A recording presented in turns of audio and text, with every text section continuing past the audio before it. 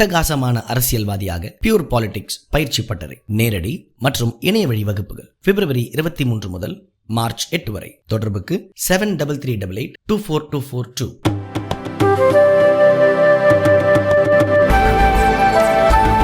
ಇವತ್ತು ನರೇಂದ್ರ ಮೋದಿ ಸರ್ಕಾರದ 10ನೇ ಬಜೆಟ್ನ ಕುರಿತಾಗಿರುವಂತಹ ಚರ್ಚೆಯಲ್ಲಿ ಮಾತನಾಡಲಿಕ್ಕೆ ಅವಕಾಶ ಮಾಡಿಕೊಟ್ಟಿದ್ದೀರಿ. ನಿಮಗೆ ನನ್ನ ಧನ್ಯವಾದಗಳು. 10 ವರ್ಷಗಳ ಹಿಂದೆ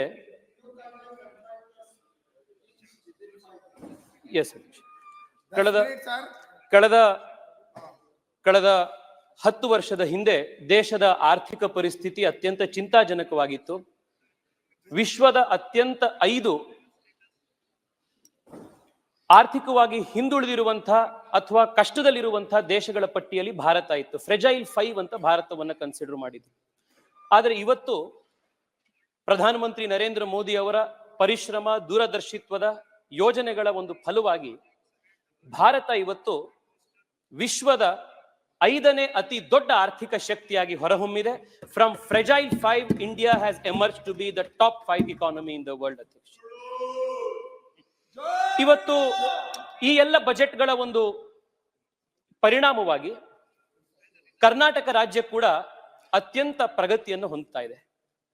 ಇವತ್ತು ನರೇಂದ್ರ ಮೋದಿ ಅವರು ಪ್ರಧಾನಮಂತ್ರಿಗಳು ಕರ್ನಾಟಕಕ್ಕೆ ಎಕ್ಸ್ಪ್ರೆಸ್ ವೇಗಳನ್ನ, ಹೈವೇಗಳನ್ನ, ಹೊಸ ಏರ್ಪೋರ್ಟ್ಗಳನ್ನ, ಹೊಸ ರೈಲ್ವೆ ಲೈನ್ಗಳನ್ನ, ರೈಲ್ವೆ ಎಲೆಕ್ಟ್ರಿಫಿಕೇಶನ್, ಸ್ಮಾರ್ಟ್ ಸಿಟಿ ಪ್ರಾಜೆಕ್ಟ್ಗಳನ್ನ, ಅಮೃತ್ ಯೋಜನೆಯಡಿ ನಗರಗಳ ಉತ್ಥಾನವನ್ನ,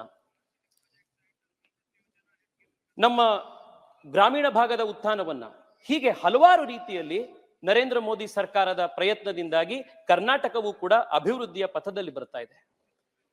ಹಿಂದೆಂದೂ ಕೂಡ ಕರ್ನಾಟಕಕ್ಕೆ ಸಿಗದಲೇ ಇರುವಷ್ಟು ಅನುದಾನವನ್ನ ನರೇಂದ್ರ ಮೋದಿ ಅವರ ನೇತೃತ್ವದಲ್ಲಿ ಕರ್ನಾಟಕಕ್ಕೆ ಕಳೆದ 10 ವರ್ಷದಲ್ಲಿ ಸಿಕ್ಕಿದೆ. ಆದರೆ ಈ ಎಲ್ಲ ಸತ್ಯತೆಗಳು ಒಂದು ಕಡೆ ಇದ್ರೆ, ಕರ್ನಾಟಕದ ಜನರನ್ನ ದಾರಿ ತಪ್ಪಿಸುವಂತಹ ದಿಕ್ಕಿನಲ್ಲಿ ಚುನಾವಣಾ ಸಂದರ್ಭದಲ್ಲಿ ಸರ್ಕಾರ, ಕಾಂಗ್ರೆಸ್ ಪಾರ್ಟಿಯವರು ಮಾಡದಂತ ಸುಳ್ಳು ಭರವಸೆಗಳನ್ನ ಈಡೇರಿಸಲಿಕ್ಕೆ ಆಗದಲೇ ಇರುವಂತಹ ಇವತ್ತಿನ ಪರಿಸ್ಥಿತಿಯಲ್ಲಿ ನರೇಂದ್ರ ಮೋದಿ ಅವರ ಮೇಲೆ, ಕೇಂದ್ರ ಸರ್ಕಾರದ ಮೇಲೆ ಸುಳ್ಳು ಆರೋಪಗಳನ್ನ ಮಾಡಿ, ಸುಳ್ಳು ಪ್ರಾಪಗಾಂಡಾವನ್ನ ಮಾಡಿ, ರಾಜಕೀಯ ಷಡ್ಯಂತ್ರವನ್ನ ಮಾಡಿ ರಾಜ್ಯದ ಹಿತಾಸಕ್ತಿಯನ್ನ ಹಿಂದಿಕ್ಕುವಂತಹ ಒಂದು ದೊಡ್ಡ ಕೆಲಸ ಇವತ್ತು ಕಾಂಗ್ರೆಸ್ ಪಾರ್ಟಿಯ ಕಡೆಯಿಂದ ಆಗ್ತಾ ಇದೆ. ನನಗಿವತ್ತು ಅತ್ಯಂತ ಬೇಜಾರಾಗ್ತಾ ಇರುವಂತದ್ದು ಅಂದ್ರೆ, ರಾಜ್ಯದ ಮುಖ್ಯಮಂತ್ರಿಗಳು ಮತ್ತು ಕರ್ನಾಟಕದ 130 MLAಗಳು, ಮಿನಿಸ್ಟರ್ಗಳು ಎಲ್ಲರೂ ಕೂಡ ಒಂದು ಸುಳ್ಳು ಆರೋಪದ ಮೇಲೆ, ಪ್ರಾಪಗಾಂಡಾದ ಆಧಾರದ ಮೇಲೆ ದೆಹಲಿಗೆ ಬಂದು ಕರ್ನಾಟಕಕ್ಕೆ ಅನ್ಯಾಯ ಆಗಿದೆ ಅನ್ನುವಂತ ಸುಳ್ಳು ಆರೋಪಗಳನ್ನ ಮಾಡ್ತಾ ಇರುವಂತದ್ದು ಇವತ್ತು ನಾವು ನೋಡ್ತಾ ಇದ್ದೀವಿ. ಅಧ್ಯಕ್ಷರೇ, ನಾನ್ ಜಾಸ್ತಿ ಸಮಯ ನಿಮ್ಮ ಹತ್ರ ಕೇಳೋದಿಲ್ಲ, 5 ನಿಮಿಷ ಸಮಯ ನೀವು ನನಗೆ ಕೊಡಿ. ಇವರ ಕಾಂಗ್ರೆಸ್ ಪಾರ್ಟಿಯ ಸುಳ್ಳು ಆರೋಪಗಳನ್ನ ಇವತ್ತು ಜನಕ್ಕೆ ಜಾಹೀರ್ ಮಾಡಬೇಕಾದಂತ ಜವಾಬ್ದಾರಿ ನಮ್ಮ ಮೇಲೆ. ಮೊದಲನೇ ಸುಳ್ಳು ಆರೋಪ ಕಾಂಗ್ರೆಸ್ ಸರ್ಕಾರ ಹೇಳ್ತಾ ಇರುವಂತದ್ದು. ಸರ್, ಒಂದ್ 2 ನಿಮಿಷ ಸುಮ್ನಿರಿ ನೀವು, ದಯವಿಟ್ಟು 2 ನಿಮಿಷ ಸುಮ್ನಿರಿ. ಸುರೇಶ್ ಅವರೇ, ದೇಶ ವಿಭಜನೆಯ ಮಾತನಾಡ್ತಾ ಇರುವಂತವ್ರು ನೀವು, ನಿಮಗೆ ಈ ಸಂಸತ್ತಲ್ಲಿ ಮಾತನಾಡೋ ಹಕ್ಕಿಲ್ಲ. ದಯವಿಟ್ಟು ಸುಮ್ ಕೂತ್ಕೊಳ್ಳಿ ನೀವು, ಇವತ್ತು ದೇಶದ ಅಧ್ಯಕ್ಷರೇ,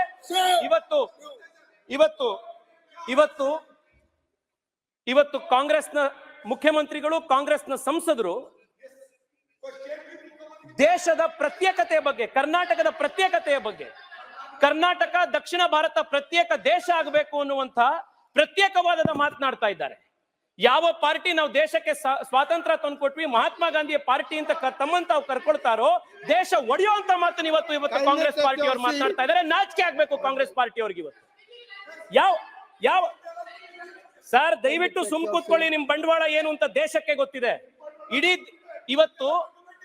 ಇಡೀ ದೇಶಕ್ಕೆ ಕರ್ನಾಟಕದ ಇತಿಹಾಸ, ಕರ್ನಾಟಕದ ಮಣ್ಣಿನ ಗಂಧ ಗಾಳಿ ಗೊತ್ತಿರುವಂತವರಿಗೆ ಈ ಪ್ರತ್ಯೇಕತಾವಾದದ ಕೂಗೇನು, ಅದರ ವಿರುದ್ಧ ಯಾವ ರೀತಿ ಪ್ರತ್ಯೇಕತಾವಾದಕ್ಕೆ ಉತ್ತರ ಕೊಡಬೇಕು ಅಂತ ಕನ್ನಡಿಗರಿಗೆ ಗೊತ್ತಿದೆ.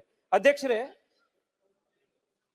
ಭಾರತ ಜನನಿಯ ತನುಜಾತೆ ಜಯ ಹೇ ಕರ್ನಾಟಕ ಮಾತೆ ಅಂತ ಹೇಳಿ ಕುವೆಂಪು ಅವರು ನಮಗೆ ಪಾಠ ಕಲಿಸ್ಕೊಟ್ಟಿದ್ರು. ಕರ್ನಾಟಕ ಯಾವುದು ಅಂತಂದ್ರೆ ಭಾರತ ಜನನಿಯ ಸುಪುತ್ರಿ ಆ ತನುಜಾತೆ, ಅವಳು ಕರ್ನಾಟಕ ಅಂತ ಕುವೆಂಪು ಅವರು ನಮಗೆ ಮಾರ್ಗದರ್ಶನ ಮಾಡಿಕೊಟ್ಟಿದ್ರು. ಇದು ಕರ್ನಾಟಕದ ಒಂದು ಸಂಸ್ಕೃತಿ, ಕರ್ನಾಟಕದ ಒಂದು ಮಹಿಮೆ. ಇದು ಅಷ್ಟೇ ಅಲ್ಲ, ನಮ್ಮ ರಾಷ್ಟ್ರಕವಿ ಕುವೆಂಪು ಅವರು, ಸುರೇಶ್ ಅವರೇ ದಯವಿಟ್ಟು ಕೇಳಿಸ್ಕೊಳ್ಳಿ, ಇದನ್ನ ದಯವಿಟ್ಟು ಕೇಳಿಸ್ಕೊಳ್ಳಿ. ರಾಷ್ಟ್ರಕವಿ ಕುವೆಂಪು ಅವರು, ಕಿವಿಗೆ ಹಾಕೊಳ್ಳಿ ದಯವಿಟ್ಟು, ರಾಷ್ಟ್ರಕವಿ ಕುವೆಂಪು ಅವರು ಪ್ರತ್ಯೇಕತಾವಾದದ ಬಗ್ಗೆ ಮಾತನಾಡ್ತಾ ಹೀಗೆ ಹೇಳಿದ್ರು: ಪ್ರತ್ಯೇಕತೆಗಾಗಲಿ ವಿರೋಧಕ್ಕಾಗಲಿ ಸ್ವಲ್ಪವೂ ಅವಕಾಶ ಇರಬಾರದು. ಭರತಖಂಡದ ಮರದ ಬುಡ, ಭರತಖಂಡ ಮರದ ಬುಡ, ಪ್ರಾಂತಗಳೇ ಅದರ ಕೊಂಬೆಗಳು, ಬುಡ ಕಡಿದ ಮೇಲೆ ಕೊಂಬೆಗಳು ಅಲ್ಲೇ ಇರುತ್ತವೆಯೇ? ನಾವು ಭಾರತೀಯರಾದುದರಿಂದ ಕನ್ನಡಿಗರಾಗಿದ್ದೇವೆ, ಭಾರತೀಯರಲ್ಲದವರು ಕನ್ನಡಿಗರೇ ಅಲ್ಲ. ಈ ಭಾವನೆಯನ್ನೆಂದೂ ಮರೆಯಬಾರದು. ಅದು ನಮ್ಮ ಜೀವನದ ಮೂಲ ಮಂತ್ರವಾಗಬೇಕು, ನಮ್ಮೆಲ್ಲ ವ್ಯವಹಾರಗಳ ಸೂತ್ರವಾಗಬೇಕು ಅಂತ ಕುವೆಂಪು ಅವರು ಹೇಳಿದ್ರು. ಕುವೆಂಪು ಅವರ ಆಶಯಕ್ಕೂ ಕೂಡ ಇವತ್ತು ಕಾಂಗ್ರೆಸ್ ಪಾರ್ಟಿ ಇವತ್ತು ವಿರೋಧವಾಗಿ ನಡ್ಕೊಳ್ತಾ ಇದೆ. ನಮ್ಮ ರಾಷ್ಟ್ರಕವಿ ಕುವೆಂಪು ಅವ್ರಿಗೂ ಕೂಡ ಪ್ರತ್ಯೇಕತಾವಾದದ ಮಾತನಾಡಿ ನೀವು ವಿರೋಧ ಮಾಡಿದ್ದೀರಿ, ಅಪಮಾನ ಮಾಡಿದ್ದೀರಿ. ಅಧ್ಯಕ್ಷರೇ, ಇವತ್ತು ಮೈ ಟ್ಯಾಕ್ಸ್ ಮೈ ರೈಟ್ ಅನ್ನುವಂತ ಒಂದು ವಾದವನ್ನ ಇವತ್ತು ಕಾಂಗ್ರೆಸ್ ಪಾರ್ಟಿಯವರು, ಮುಖ್ಯಮಂತ್ರಿಗಳು ಇವತ್ತು ದೆಹಲಿಗೆ ಬಂದು ಇವತ್ತು ಮಾಡ್ತಾ ಇದ್ದಾರೆ. ಏನಿದು ಮೈ tax my right? What is this my tax my right? Karnataka ಕೇಂದ್ರಕ್ಕೆ ಇಷ್ಟು ದುಡ್ಡನ್ನು ಕೊಡ್ತಾ ಇದೆ, ಆದ್ರೆ ಕರ್ನಾಟಕಕ್ಕೆ ನಾವು ಕಟ್ತಿರೋ ಅಷ್ಟು ದುಡ್ಡು ವಾಪಸ್ ಬರ್ತಾ ಇಲ್ಲ ಅನ್ನೋದು ಒಂದು ಫ್ಲಾಶಿಯಸ್ ಆರ್ಗ್ಯುಮೆಂಟ್ ಅವ್ರು ಮಾಡ್ತಾ ಇರುವಂತದ್ದು. ನಮ್ಮ ರಾಜ್ಯದಲ್ಲಿ ಕರ್ನಾಟಕದ ಬಜೆಟ್ ನಲ್ಲಿ ಸುಮಾರು 55% ಕೊಡುಗೆ ಕೇವಲ ಬೆಂಗಳೂರು ಮಹಾನಗರದ ಬರುತ್ತೆ. ನಾನು ಬೆಂಗಳೂರಿನ MP, ನಾನು ಕರ್ನಾಟಕಕ್ಕೆ ಬೆಂಗಳೂರಿನ ಹೊರತಾಗಿ ಯಾವುದೇ ಬೆಂಗಳೂರಿನಲ್ಲಿ ಉತ್ಪಾದನೆಯಾಗುವಂತ ಏನ್ ರೆವೆನ್ಯೂ ಇದೆ, ಟ್ಯಾಕ್ಸ್ ಏನಿದೆ, ಅದು ಕರ್ನಾಟಕಕ್ಕೆ, ಕಲ್ಯಾಣ ಕರ್ನಾಟಕಕ್ಕೆ ಹೋಗಬಾರ್ದು, ಅದನ್ನ ಉತ್ತರ ಕರ್ನಾಟಕಕ್ಕೆ ಹೋಗಬಾರ್ದು, ಅದನ್ನ ಕೋಲಾರಕ್ಕೆ ಬಳಸಬಾರ್ದು. ಈ ರೀತಿ ಆರ್ಗ್ಯುಮೆಂಟ್ ನಾನು ಮಾಡ್ಲಿಕ್ಕೆ ಸಾಧ್ಯ ಆಗತ್ತಾ? ಈ ದೇಶ ಇವತ್ತು ನಡೀತಿರುವಂತಹ ಜವಾಬ್ದಾರಿ ರಾಜ್ಯ ಕೇಂದ್ರ ಸರ್ಕಾರಗಳದ್ದಿದೆ. ಈ ರೀತಿ ಮೈ ಟ್ಯಾಕ್ಸ್ ಮೈ ರೈಟ್ ಅನ್ನುವಂತ ಆರ್ಗ್ಯುಮೆಂಟು ದೇಶದ ಸಂವಿಧಾನ ವಿರೋಧವಾಗಿರುವಂತ ಆರ್ಗ್ಯುಮೆಂಟು, ದೇಶದ ಫೆಡರಲ್ ಸ್ಟ್ರಕ್ಚರ್ಗೆ ವಿರುದ್ಧವಾಗಿರುವಂತ ಆರ್ಗ್ಯುಮೆಂಟ್ ಅದು. ಈ ರೀತಿಯ ದೇಶ ವಿಭಜನೆ ಮಾನಸಿಕತೆಯನ್ನ, ಸಂವಿಧಾನ ವಿರೋಧಿ ಮಾನಸಿಕತೆಯನ್ನ ನಾವು ಖಂಡಿತವಾಗ್ಲೂ ಖಂಡಿಸಬೇಕಾಗಿರುವಂತ ಸಮಯ ಬಂದಿದೆ. ತಮ್ಮಂತಾವು ಬಾಬಾ ಸಾಹೇಬ್ ಅಂಬೇಡ್ಕರ್ ಬಹಳ ದೊಡ್ಡ ಅನುಯಾಯಿ ಅಂತ ಕಾಂಗ್ರೆಸ್ನವರು, ಮುಖ್ಯಮಂತ್ರಿಗಳು ಕರ್ಕೊಳ್ತಾರೆ. ಬಾಬಾ ಸಾಹೇಬ್ ಅಂಬೇಡ್ಕರ್ ಏನ್ ಹೇಳಿದ್ರು ಕೋಆಪರೇಟಿವ್ ಫೆಡರಲಿಸಂ ಬಗ್ಗೆ? ಬಾಬಾ ಸಾಹೇಬ್ ಅಂಬೇಡ್ಕರ್ನ ಸೋಲಿಸಿದಂತ ಪಾರ್ಟಿಯವರು ಇವರು. ಅದಕ್ಕೆ ಸಂವಿಧಾನದ ಕೋಆಪರೇಟಿವ್ ಫೆಡರಲಿಸಂ ನ ಆಶಯಕ್ಕೂ ವಿರುದ್ಧವಾಗಿ ಇವತ್ತು ನಡ್ಕೊಳ್ತಾ ಇರುವಂತದ್ದು. ಅಧ್ಯಕ್ಷರೇ, ಈ ಇಡೀ ಲಾಜಿಕ್ ಏನಿದೆ, ಮೈ tax my right, I want to take a minute to explain to you, Adhyakji, why this is a illogical argument. ಇವತ್ತು ಬೆಂಗಳೂರಿನಲ್ಲಿ ಮ್ಯಾಕ್ಸಿಮಮ್ ಹಣ ಬೆಂಗಳೂರಿನ ಮಹದೇವಪುರ, ಬೆಂಗಳೂರಿನ ಬೊಮ್ಮನಹಳ್ಳಿ 2-3 ಏರಿಯಾಗಳಿಂದ ಬರುತ್ತೆ. ಬೆಂಗಳೂರಿನ ಬೇರೆ ಏರಿಯಾದವರು ಕೂಡ ಬೆಂಗಳೂರಿನಲ್ಲಿ ಕಲೆಕ್ಟ್ ಆಗ್ತಿರೋ ಮಹದೇವಪುರ, ಬೊಮ್ಮನಹಳ್ಳಿ ಕಲೆಕ್ಟ್ ಆಗ್ತಿರುವಂತ ದುಡ್ಡನ್ನು ಬೇರೆ ಕಡೆಗೆ ಯಾಕೆ ಹಾಕ್ತೀರಿ ಅಂತ ಪ್ರಶ್ನೆ ಮಾಡಿದ್ರೆ, ಇವತ್ತು ಕರ್ನಾಟಕದಲ್ಲಿ ಅತಿ ಹೆಚ್ಚು ಟ್ಯಾಕ್ಸ್ ಕಟ್ತಾ ಇರುವಂತಹ ಜನ IT BT ಕೆಲಸ ಮಾಡ್ತಾ ಇರುವಂತವ್ರು. ಮತ್ತೊಬ್ರು, ನಾವು 30% ಟ್ಯಾಕ್ಸ್ ಕಟ್ತಾ ಇದೀವಿ, ನಮ್ಮ ಹಣನ ನೀವ್ ಯಾಕೆ ಬೇರೆದಕ್ಕೆ ಉಪಯೋಗ ಮಾಡ್ತಾ ಇದೀರಿ, ನೀವ್ ಯಾಕೆ 2,000 ರೂಪಾಯಿ ಕಟ್ತಾ ಇದೀರಿ, ನಮ್ಮ ಹೆಂಡತಿಗೆ ನಮ್ಮ ಮನೆಯವ್ರಿಗೆ ಯಾಕೆ 2,000 ರೂಪಾಯಿಗೆ ಅವಕಾಶ ಇಲ್ಲ ಅಂತ ಅವ್ರು ಕೇಳಿದ್ರೆ, ಯಾರನ್ನು ನಾವು ಸಮಾಜವಾದಿ ಅಂತ ತಮ್ಮಂತಾವ್ ಕರ್ಕೊಳ್ತಾ ಇದ್ದಾರೋ, ರೀಡಿಸ್ಟ್ರಿಬ್ಯೂಷನ್ ಆಫ್ ವೆಲ್ತ್ ನೇ ಸಮಾಜವಾದದ ಬುನಾದಿ ಅಂತ ಯಾರು ಚುನಾವಣೆ ಮಾಡಿದ್ರೋ, ಯಾರು ಅಧಿಕಾರಕ್ಕೆ ಬಂದ್ರೋ, ಆ ಸಮಾಜವಾದಿಗಳು ಇವತ್ತು ಮೈ ಟ್ಯಾಕ್ಸ್ ಮೈ ರೈಟ್ ನ ಮಾತನಾಡ್ತಾ ಇದ್ದಾರೆ. ನಾಳೆ ಇದೇ ಮೈ ಟ್ಯಾಕ್ಸ್ ಮೈ ರೈಟ್ ನ ಅಂಬಾನಿ ಮಾತನಾಡಿದ್ರೆ, ಇದೇ ಮೈ ಟ್ಯಾಕ್ಸ್ ಮೈ ರೈಟ್ ನ ದೊಡ್ಡ ಉದ್ಯೋಗಪತಿಗಳು ಮಾತನಾಡಿದ್ರೆ, ನಾನ್ ಜಾಸ್ತಿ ಟ್ಯಾಕ್ಸ್ ಕಟ್ತೀನಿ, ಅದಕ್ಕೋಸ್ಕರ ಆ ಟ್ಯಾಕ್ಸ್ ಹಣ ನನಗೆ ಬರಬೇಕು ಅಂತ ಕೇಳಿದ್ರೆ ಏನ್ ಆರ್ಗ್ಯುಮೆಂಟ್ ಮಾಡ್ತಾ ಇದ್ದೀರಿ ನೀವು? ಯಾವ ಲಾಜಿಕ್ ನಲ್ಲಿ ಆರ್ಗ್ಯುಮೆಂಟ್ ಮಾಡ್ತಾ ಇದ್ದೀರಿ? ಅಧ್ಯಕ್ಷರೇ, ಇವತ್ತು ರಾಜನಾಥ್ ಸಿಂಗ್ ಜಿ ಅವರು ನಮ್ಮ ಎದುರುಗಡೆ ಕೂತಿದ್ದಾರೆ, ದೇಶದ ರಕ್ಷಣಾ ಸಚಿವರು.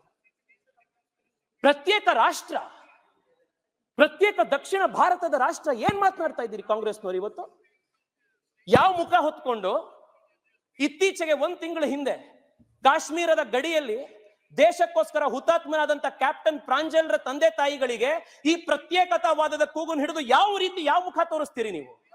ನಮ್ಮ ಕರ್ನಾಟಕದ ಮಡಿಕೇರಿಯಲ್ಲಿ, ಕರ್ನಾಟಕದ ಬೆಳಗಾಂನಲ್ಲಿ, ಕರ್ನಾಟಕದ ಬಿಜಾಪುರದಲ್ಲಿ, ಸೆಂಟ್ರಲ್ ಪ್ಯಾರಾಮಿಲಿಟರಿ ಫೋರ್ಸಸ್ ನಲ್ಲಿ, ಆರ್ಮಿಯಲ್ಲಿ ಮನೆಯಿಂದ ಯುವಕರು ಇವತ್ತು ದೇಶಕ್ಕೆ ಕೆಲಸ ಮಾಡ್ಲಿಕ್ಕೆ ಹೋಗ್ತಾ ಇದ್ದಾರೆ.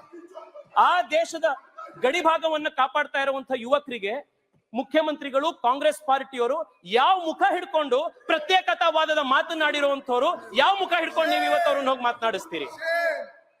ಅಧ್ಯಕ್ಷರೇ, for the benefit of this house and for the benefit of this nation, I also want to bring to the attention of the country a very important historical fact about what is the culture, the inherent nature, the nationalist DNA of the Kannada people. Adhyakji, it gives me immense pride to state that when right after 1947 the country got independence, and multiple princely states were there in India and they all had to merge to become the Indian Union. The first princely state to voluntarily accede to the Indian Union was my state of Karnataka, the Mysuru state. ನಮ್ಮ ರಾಜ್ಯದು ಇಡೀ ದೇಶದ ಜೊತೆಗೆ ಒಂದಾಗಿದ್ದು ಕರ್ನಾಟಕ ರಾಜ್ಯ, ಮೈಸೂರು ರಾಜ್ಯ. ಅಷ್ಟೇ ಅಲ್ಲ ಸುರೇಶ್ ಅವರೇ, ದಯವಿಟ್ಟು ಕೇಳಿಸ್ಕೊಳ್ಳಿ. ತಾವು ಹಳೆ ಮೈಸೂರು ಭಾಗದಿಂದ ಬರ್ತೀರಿ, ದಯವಿಟ್ಟು ಇದನ್ನ ಕೇಳಿಸ್ಕೊಳ್ಳಿ. ಯಾವಾಗ ಸರ್ದಾರ್ ಪಟೇಲ್ರು ದೇಶದ ಎಲ್ಲ ಕಡೆ ಸಂವಿಧಾನ ಈ ಪ್ರಿನ್ಸ್ಲಿ ಸ್ಟೇಟ್ಗಳ ಹತ್ರ ಹೋಗಿ ರಾಜ್ಯಗಳನ್ನ ಹೋಗಿ ಏಕತೆ ಮಾಡುವಂತ ಒಂದು ಕೆಲಸಕ್ಕೆ ಹೋಗಿದ್ರು, ಅವಾಗ ಸರ್ದಾರ್ ಪಟೇಲ್ರಿಗೆ ಏರೋಪ್ಲೇನ್ ನ ಕೊಟ್ಟು ಆ ಏರೋಪ್ಲೇನ್ ನ ಟ್ಯಾಕ್ಸ್ ಕೂಡ ಕಟ್ಟಿದ್ದು, ಏರೋಪ್ಲೇನ್ ನ ವ್ಯವಸ್ಥೆ ಮಾಡಿಕೊಟ್ಟಿದ್ದು ಕೂಡ ಮೈಸೂರು ಮಹಾರಾಜರು ಮಾಡಿಕೊಟ್ಟಿದ್ದು, ದೇಶದ ಏಕತೆಗೋಸ್ಕರ ಮಾಡಿಕೊಟ್ಟಿದ್ದು. ಇದು ಭಾರತದ ಕನ್ನಡಿಗರ ಒಂದು ದೇಶದ ಬಗ್ಗೆ ಇರುವಂತಹ ಅಭಿಮಾನ. ಅಧ್ಯಕ್ಷರೇ, 2-3 ಅಂಶಗಳಲ್ಲಿ ನಾನು ಕಾಂಗ್ರೆಸ್ನವರಿಗೆ ಕೇಳಲಿಕ್ಕೆ ಇಚ್ಛೆ ಪಡ್ತೇನೆ. ನಿಮ್ಮ ಈ ಮೈ ಟ್ಯಾಕ್ಸ್ ಮೈ ರೈಟ್ ಆರ್ಗ್ಯುಮೆಂಟ್ ಅನ್ನ ನೀವು ಎಕ್ಸ್ಟೆಂಡ್ ಮಾಡ್ತಾ ಹೋದ್ರೆ ದೇಶ ನಡೆಯಕ್ ಸಾಧ್ಯನಾ? ಕರ್ನಾಟಕ ನಡೆಯಕ್ ಸಾಧ್ಯನಾ? ಇವತ್ತು ಪ್ರಹ್ಲಾದ್ ಜೋಶಿ ಸಾಹೇಬ್ರು ಕೂತಿದ್ದಾರೆ, ಕಲ್ಲಿದ್ದಲಿನ ಮಂತ್ರಾಲಯದವರು. ಕರ್ನಾಟಕದ ಇಂಡಸ್ಟ್ರಿಗಳಿಗೆ ಜಾರ್ಖಂಡ್ನಿಂದ, ಛತ್ತೀಸ್ಗಢ್ನಿಂದ, ಮಧ್ಯಪ್ರದೇಶದಿಂದ, ಇವತ್ತು ಬಿಹಾರದಿಂದ, ಒಡಿಸ್ಸಾಯಿಂದ ಇವತ್ತು ಕಲ್ಲಿದ್ದಲು ಬ್ಲಾಕ್ಗಳನ್ನ kindly conclude your speech. just 2 more minutes. No 2 minutes, you conclude. ಕಲ್ಲಿದ್ದಲು ಬ್ಲಾಕ್ಗಳನ್ನ ಇವತ್ತು ಹರಾಜು ಮಾಡಿ ಕೊಟ್ಟಿದ್ದಾರೆ. ಪ್ರತಿ ಮೆಟ್ರಿಕ್ ಟನ್ ಮೇಲೆ 4,000 ರೂಪಾಯಿಯ ಸಬ್ಸಿಡಿ ಕೇಂದ್ರ ಸರ್ಕಾರ ಕೊಡ್ತಾ ಇದೆ. ಅದರಿಂದ ಇವತ್ತು ಕರ್ನಾಟಕಕ್ಕೆ ವಿದ್ಯುತ್ ಜನರೇಟ್ ಆಗ್ತಾ ಇದೆ. ಇವತ್ತು ಮೈ ಟ್ಯಾಕ್ಸ್ ಮೈ ಕಂಟ್ರಿ ಅಂತ ಹೇಳಿ ಕೋಲ್ನ ಪ್ರೊಡ್ಯೂಸ್ ಮಾಡುವಂತ, ಕಲ್ಲಿದ್ದಲು ಪ್ರೊಡ್ಯೂಸ್ ಮಾಡುವಂತ ಬಿಹಾರ, ಜಾರ್ಖಂಡ್ ಇವರೆಲ್ಲರೂ ಕೂಡ ನಮ್ ಕಲ್ಲಿದ್ಲು ನಾವು ಕರ್ನಾಟಕ ಕೊಡೋದಿಲ್ಲ ಇದನ್ನ ಅಂತ ಕೂತ್ರೆ ದೇಶ ನಡೆಯಕ್ ಸಾಧ್ಯ ಇದೆಯಾ? Thank you. ಅಧ್ಯಕ್ಷರೇ, Tejasvi. 1 second. Kindly conclude. Narendra Modi ಸರ್ಕಾರ ಕರ್ನಾಟಕದ ಸಾವಿರಾರು ಜನ ಯುವಕರನ್ನ ವಿಶ್ವದ ಮೂಲೆಗಳಲ್ಲಿ ಯುಕ್ರೇನ್ ಯುದ್ಧದ ಸಂದರ್ಭದಲ್ಲಿ, ಯೆಮೆನ್ ಯುದ್ಧದ ಸಂದರ್ಭದಲ್ಲಿ, ಕೋವಿಡ್ ನ ಸಂದರ್ಭದಲ್ಲಿ ವಂದೇ ಭಾರತ್ ಮಿಷನ್ ನಲ್ಲಿ ಸಾವಿರಾರು ಜನ ಭಾರತೀಯರನ್ನ, ಕನ್ನಡಿಗರನ್ನ ವಾಪಸ್ ಸುರಕ್ಷಿತವಾಗಿ ಕರ್ಕೊಂಡು ಬಂದ್ರಲ್ಲ, ಇದು ಕನ್ನಡಿಗರು ಅಂತ ನೋಡಿದ್ರ, ಭಾರತೀಯರು ಅಂತ ನೋಡಿದ್ರ, ದೇಶದ ನಾಗರಿಕರು ಅಂತ ಹೇಳಿ ನರೇಂದ್ರ ಮೋದಿ ಸರ್ಕಾರ ಪ್ರತಿಯೊಬ್ಬ ಕನ್ನಡಿಗರನ್ನು ವಾಪಸ್ ಕರ್ಕೊಂಡು ಬಂತು. Thank you very much. Thank you. Kindly conclude. अभी मैं मंत्री जी का नाम पुकारता हूँ. ಇವತ್ತು ಕರ್ನಾಟಕದ ಪ್ರತಿ ರೈತರಿಗೆ, ದೇಶದ ಪ್ರತಿ ರೈತರಿಗೆ, ಕರ್ನಾಟಕದ ರೈತರಿಗೆ, ದೇಶದ ರೈತನಿಗೆ ಪ್ರತಿ ಡಿಎಪಿ ಚೀಲದ ಮೇಲೆ, ಪ್ರತಿ ಯೂರಿಯಾದ ಚೀಲದ ಮೇಲೆ 2,000 ರೂಪಾಯಿ ಕೇಂದ್ರ ಸರ್ಕಾರದ ಸಬ್ಸಿಡಿ ಬರ್ತಾ ಇದೆ. Honorable Minister श्रीमती निर्मला सीतारमन जी, हो गया अभी.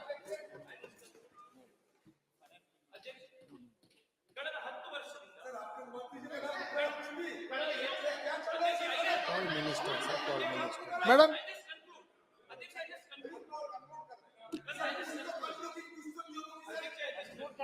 कंक्लूड कीजिए जल्दी. माइक और अध्यक्ष जी kindly last conclude 10 years in one or two sentences. Adhyaksh, I just conclude in 1 minute. Adhyaksh, ಕಳೆದ 5 ವರ್ಷದಿಂದ ನಿರಂತರವಾಗಿ Karnataka is on the top of the FDI chart. The reason is the Prime Minister's Make in India, Digital India, the Prime Minister's foreign policy success. ಇದೆಲ್ಲವನ್ನೂ ಕೂಡ ತೆಗೆದುಕೊಂಡು ಬಂದಿರೋದ್ರಿಂದ ಇವತ್ತು ಕರ್ನಾಟಕ ಮುಂದೆ ಬರ್ತಾ ಇದೆ. ಹೀಗೆ ಒಂದು ಒಕ್ಕೂಟ ವ್ಯವಸ್ಥೆಯಲ್ಲಿ, ಸಂವಿಧಾನದ ಫೆಡರಲ್ ಸ್ಟ್ರಕ್ಚರ್ ನಲ್ಲಿ ಕೆಲಸ ಮಾಡ್ತಾ ಇರುವಂತಹ ಒಂದು ಪಾರ್ಟಿ, ಒಂದು ಸರ್ಕಾರ ಈ ರೀತಿ ಮಾತು